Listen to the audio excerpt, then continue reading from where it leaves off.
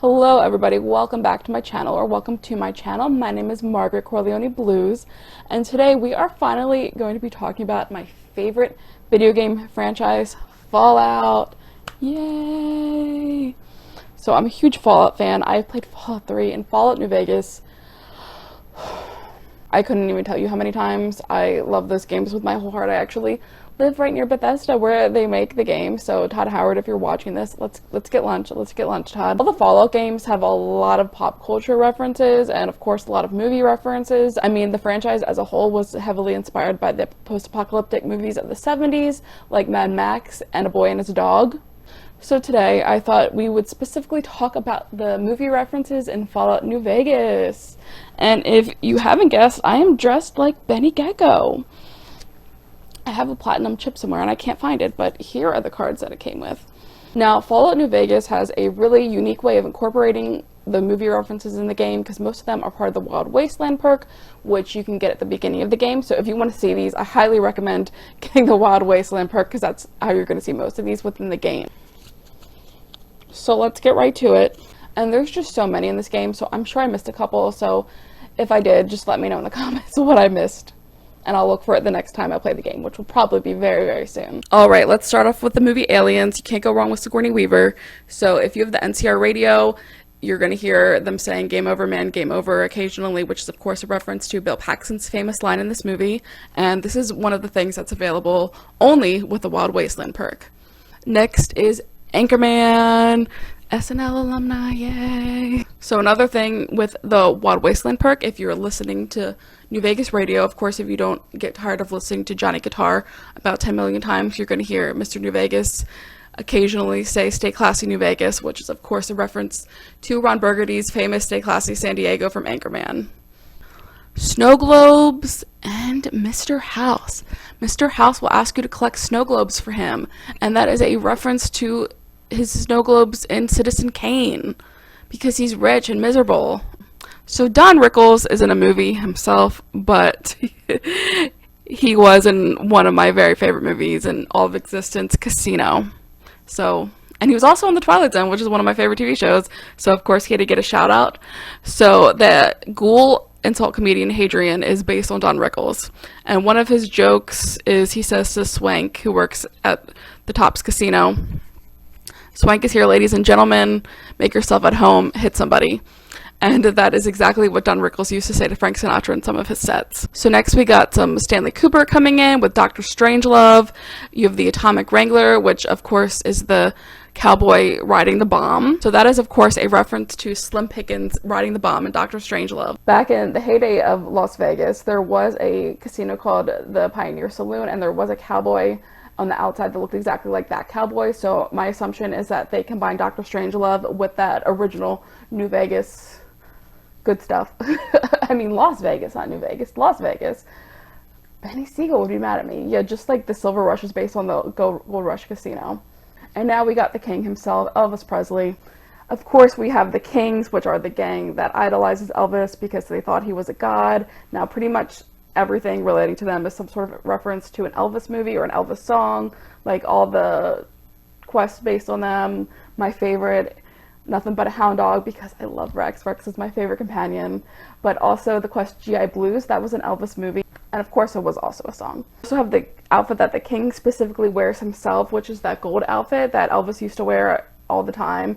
And in the game, that particular item is called Viva Las Vegas, which is of course a reference to the song / the movie. A lot of the kings, if they're not wearing the classic greaser leather jacket combo, they are going to be wearing Elvis's outfit from Jailhouse Rock. You know what? I'm also going to take that as a Blues Brothers reference because I'm insane like that. Everything is a Blues Brothers reference. So now we're circling back to Stanley Kubrick, Eyes Wide Shut. In the movie, they got those creepy masks. That is exactly what the White Glove Society masks are based on.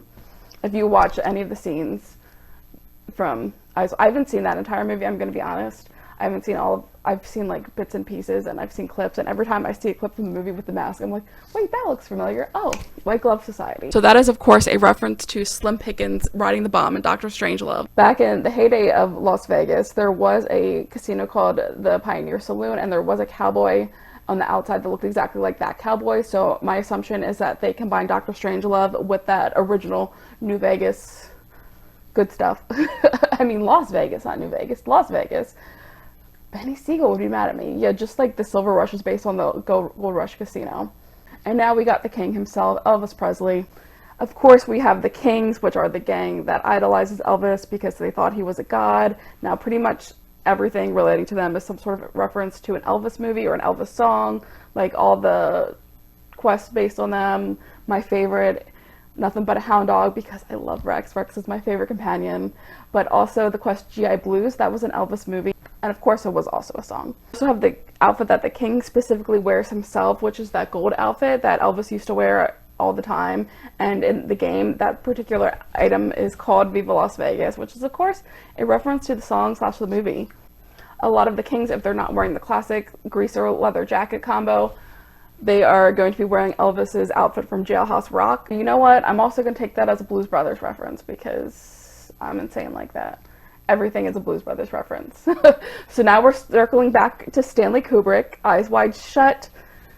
In the movie, they got those creepy masks. That is exactly what the White Glove Society masks are based on. If you watch any of the scenes from I haven't seen that entire movie, I'm going to be honest. I haven't seen I've seen like bits and pieces and I've seen clips, and every time I see a clip from the movie with the mask, I'm like, wait, that looks familiar. Oh, White Glove Society. And next we're going to talk about my favorite movie ever, The Godfather. Yay! So Big Sal, the leader of the Omertas, he is voiced by none other than Alex Rocco, who played Moe Greene in The Godfather. Another little interesting tidbit is that Moe Greene and Benny Gecko are both heavily based on Benny Siegel, who used to wear a jacket like this, and that's why Benny wears one like this. There's also Pacino, who I always wondered if he was like, his name was supposed to rhyme with Pacino or something like that, if it was a little Al Pacino nod in there with all the mafia stuff. If you're doing the Omertas quest, how little we know, you're eventually going to meet Troiki, who's being blackmailed by the Omertas with a snuff film. Where they made him think he killed a prostitute, basically, but it was the Omertas who killed her. And that is, of course, a reference to The Godfather 2 when they kill the prostitute with Senator Geary, so that he will stop being a little bitch. Next, Frank Sinatra and Marlon Brando, the classic rivalry. So Guys and Dolls, something that Mr. New Vegas will say is, hope you have lady like luck tonight, which is a reference to the song Luck Be a Lady Tonight. I think that's most associated with being a Frank Sinatra song, but it was originally from Guys and Dolls, and in the movie Marlon Brando actually sang it. Go Marlon, look at that singing machine over there. What can't Marlon Brando do? And next we got Indiana Jones, Harrison Ford. Love Harrison Ford. Who doesn't love Harrison Ford? So this is particularly a reference to Crystal Skull. The first time you are leaving Goodsprings and when you're on your way to Primm, you're gonna, this is Wild Wasteland Perk as well, let me just say. So if the first time you are leaving Goodsprings to go to Primm, you're going to come across a refrigerator, and it's going to have a skeleton and Indy's hat in it. And that is, of course, a reference to him hiding in the refrigerator in Crystal Skull. And fun fact, Todd Howard totally shaded that movie in an interview, and he said that he never wanted to see it again. So, and of course, what would anything be complete without some Monty Python references? So when you are going to Cottonwood Cove with the Wild Wasteland perk, it's going to say Romanus und Domos, which means Romans go home, and that is a reference to the life of Brian. And then when you are in Camp Searchlight, you are going to find the Holy Frag Grenades, which is, of course, a reference to the Holy Hand Grenade from Monty Python and the Holy Grail.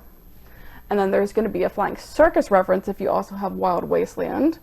Once you are in that little back corner of Freeside and you're looking for Fisto, Fisto, love that quest. You're going to come across a pack of rabid old women named Maud's Muggers, and they're going to try to beat the crap out of you with a bunch of melee weapons, and that is a reference to That is a reference to Hell's Grannies from Monty Python's Flying Circus. Love Eric Idle. Genius. So there's a bunch of rats all throughout the games. There's that rat that you can shoot in Freeside, and the kids will eat it. So if you have the Wild Wasteland perk, you're eventually going to come across rodents of unusual size, which is, of course, a reference to Princess Bride and the rodents of unusual size in Princess Bride. I can't remember. I think you can find these in a few different places, but the main one I can think of is the Brock Cave. The Brock Flower Cave. And my boys, the Rat Pack. The Rad Pack at the Tops Casino is very obviously based on the Rat Pack. It's obviously a play on that. I mean, come on. That's a no-brainer. And Tommy Turini, I think, is supposed to bear a resemblance to Sammy Davis Jr. I mean, he has the eye patch. And, you know, I'm just going to say, Obsidian, why didn't you put any Sammy Davis Jr. songs in the game? Tell me that. Yeah, you should have. You should have put his version of Something's Gotta Give over Bing Crosby's, because it's better. And Bing Crosby, I love Bing Crosby, but he's already on the soundtrack like 100 times. So, where was Sammy? You have Frank and Dean, but no Sammy. But anyway, so that's kind of makes up for it. Anyway, so yeah, you got the Rat Pack. First quest of the entire game is called Ain't That a Kick in the Head, after Benny and Dean Martin song, and that's of course on Radio New Vegas, and that song was popularized by Dean Martin singing that in the original Ocean's 11 movie, which also takes place in Las Vegas. I keep wanting to call actual Las Vegas New Vegas. The Fallout effect. And one more Rat Pack reference, one of my favorite movies like ever is Robin and the Seven Hoods, a super underrated Rat Pack movie. And the song, Frank Sinatra's My Kind of Town, Chicago is my kind of town, Chicago is, yeah, you know that song. So that was originally from Robin and the Seven Hoods, and the quest where you have to look for a new sheriff for Prim, that's called My Kind of Town, after the Frank Sinatra song, which is from that movie. I love Frank Sinatra. I'm a really big Frank Sinatra fan. I don't know if you guys knew that, but I love Frank Sinatra. He's my favorite solo artist. And in some of the DLCs, you're going to find a very suspicious green substance called Salient Green, which is a reference to Soylent Green. And Soylent Green is people. And second to last, but definitely not least, this inspired this entire video. The last time I was playing New Vegas, I went to Nipton, and there's a bunch of burning bodies everywhere. There's a bunch of burning skeletons all over the place. And I went up to two of them. They had names of them called Owen and Baru. And I was like, oh, those names sound familiar. I feel like I've seen those names together before. And of course, in like my other favorite movie besides The Godfather and the Blues Brothers, Star Wars, yes, Caesar's Legion, not the Empire, burned up Uncle Owen and Aunt Beru. So yeah, you can find Uncle Owen and Aunt Beru. You know, the harvest, the stress of the harvest was too much for them, so they deserve to go. Yeah, love Star Wars. And then there's at one point in the game where you can have the dialogue option of saying everything's fine. Up here, thank you, how are you? And that's one of Han's quotes from A New Hope, where they're in the disguise of the stormtrooper, right before he says, look, we're gonna have company. That is, I don't know if this is an unpopular opinion or not, but to me, that is like the funniest moment in all of Star Wars. I don't know why, I crack up every time. And finally, The Wizard of Oz. And at some points when you run into Victor, who I'm personally not a fan of, he's kind of creepy, love Yes Man though, but he'll refer to himself as a Tin Man and you to Dorothy. And then Mr. House, in my personal opinion, I feel like definitely seems to be based on the wizard from Wizard of Oz. I mean, he's in this tower in the sky and you have to have special permission to see him, and everybody thinks he's like super powerful, but he's, oh, and he's a glowing green head and he makes you do things for him and kill people for him. I mean, like the Wizard of Oz, they have to kill somebody for him. And turns out he's just a little feeble old man behind the curtain.